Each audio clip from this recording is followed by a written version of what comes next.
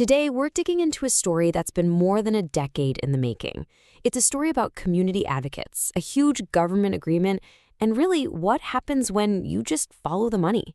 So let's dive into one bank's lending data and see what it tells us about a much, much bigger issue. So that powerful statement, it comes from Chaplain Will Jordan, an advocate who's been on this case for over 11 years. He's talking about the number of home loans going to minority borrowers from Associated Bank in some key counties in Illinois. And you can hear it in his voice. After a decade of work, he's not mincing words. And that's really the question, isn't it? Abysmal. How can that be? Especially when this whole issue led to the largest ever agreement for redlining in the history of the U.S. Department of Housing and Urban Development, HUD. That agreement was supposed to be the solution. So what's going on? What does the data actually say? Okay, so to really understand what's happening right now, we have to rewind the clock a bit. This fight didn't just start yesterday. It's actually built on a landmark victory that advocates won almost a decade ago. So here's how it all went down. More than 11 years ago, Chaplain Jordan and his organization showed Associated Bank data that pointed to really low lending to Black and Hispanic borrowers in places like St. Clair and Madison County, Illinois. Well, when those talks stalled, they took their data straight to HUD. That move triggered a full-blown federal investigation, which led to that massive 2015 agreement designed to fix these exact problems. Yeah, that historic agreement, it even created a community advisory board and brought in new leadership to, as they put it, keep the ball moving. It was supposed to be the fix. So let's fast forward to right now and take a look at the most recent data to see where that ball has actually landed. All right, let's start with the 30,000-foot view. We're going to look at the bank's national lending data from 2023, just to get a sense of the scale we're talking about here. So in 2023, Associated Bank processed almost 11,000 home loan applications across the entire country. That number, 10,908, that's our baseline.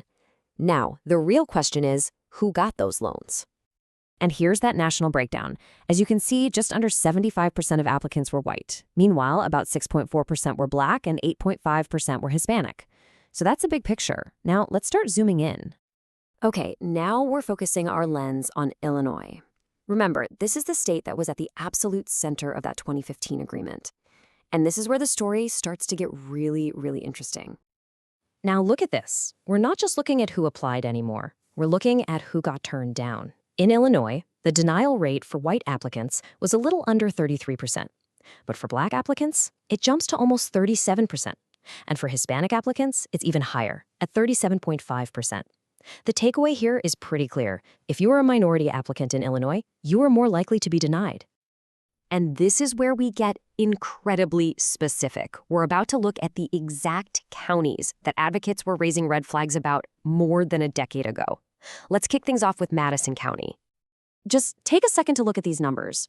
In 2023, in Madison County, the bank made 65 home loans to white applicants. They made 1 home loan to a Black applicant. Now look at the denial rates. For white applicants, it's about 33%. For Black applicants, 3 out of 4 were denied. That's a 75% denial rate. Let's just pause on that.